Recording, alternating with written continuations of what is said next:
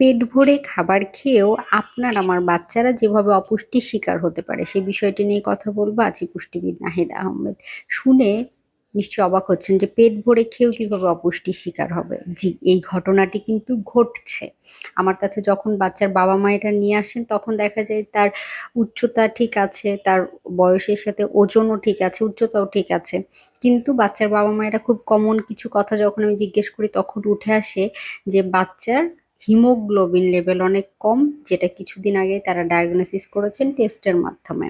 বাচ্চার হাতে পায়ে খুব ব্যথা করে, হাড্ডির মধ্যে চাবায় বা মাসলের মধ্যে ক্র্যাম্পিং করে, বাচ্চা খুব ঘন ঘন অসুস্থ হয়, তার কোথাও কেটে গেলে সেটা সারতে চায় না, বা কোথাও পড়ে গেছে ব্যথা পেয়েছে ওই জায়গায় কালচে দাগ হয়ে যাচ্ছে, বা বাচ্চার খুব ঘন ঘন ঠান্ডা কাশি জনিত সমস্যা দেখা দিচ্ছে।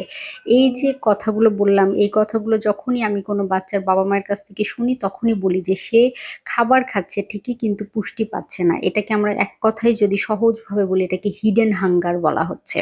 অর্থাৎ সে পেট ভরে ঠিকই খাচ্ছে কিন্তু তার শরীর অপুষ্টিতে ভুগছে, শরীরে পুষ্টি যাচ্ছে না। এর অন্যতম কারণ হচ্ছে সঠিক খাদ্য ব্যবস্থাপনা।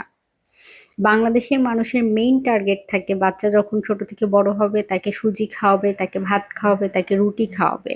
অর্থাৎ কার্বোহাইড্রেটের উপরে আমরা যে ফোকাসড করিয়ে বাচ্চাকে বড় করে তুলি, এতে করে সে কার্বোহাইড্রেট শুধু পাচ্ছে কিন্তু তার শরীর প্রোটিন থেকে বঞ্চিত হচ্ছে। বাচ্চাদের খাদ্য থলি বা স্টোমাক বা পাকস্থলী যে কথাটাই বলি না কেন এটা তো ছোট থাকে। যখন আপনি তাকে সকালে একটা রুটি খাওয়াচ্ছেন, সাথে অল্প কিছু সবজি খাওয়াচ্ছেন, একটা ডিমও পুরো খেতে পারছে না, তার পেট ভরে যাচ্ছে। দুপুরে এক মুঠো ভাত নিচ্ছেন, সাথে অল্প কোনো তরকারি নিচ্ছেন, মাছ মাংস খাওয়া হচ্ছে না, কারণ ওই ভাত অল্প পরিমাণে খেলেও তার পেট ভরে যাচ্ছে। বিকালের নাস্তায় নুডলস তৈরি করে দিচ্ছেন, রাতের খাবার আবার ভাত থাকছে, মধ্য সকাল বা একটু খিদে লাগলে এই যাও বিস্কুট খাও, এই যাও চানাচুর খাও, বা এই যে আমরা আসলে দৈনন্দিন যে খাবারগুলো গ্রহণ করি বাসায় অথবা বাচ্চাকেও যেগুলো অভ্যস্ততা করে তুলি, এতে করেই কিন্তু দেখা যায় সে পেট ভরে খাবার খেলেও অপুষ্টির শিকার হচ্ছে।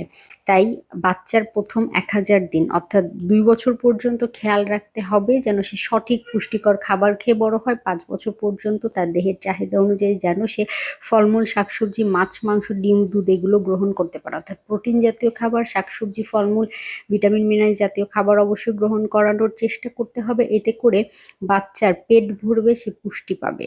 আমাদের টার্গেট শুধু বাচ্চার পেট ভরানো না, পাশাপাশি যেন বাচ্চা সঠিক পুষ্টি পেয়ে বড় হয়, তাহলে তার শারীরিক এবং মানসিক বিকাশ সঠিকভাবে হবে, না হলে তার শারীরিক মানসিক বিকাশ বাধাগ্রস্ত হবে আর পরবর্তী জীবনে গিয়ে নানা অপুষ্টিজনিত সমস্যা দেখা দিবে।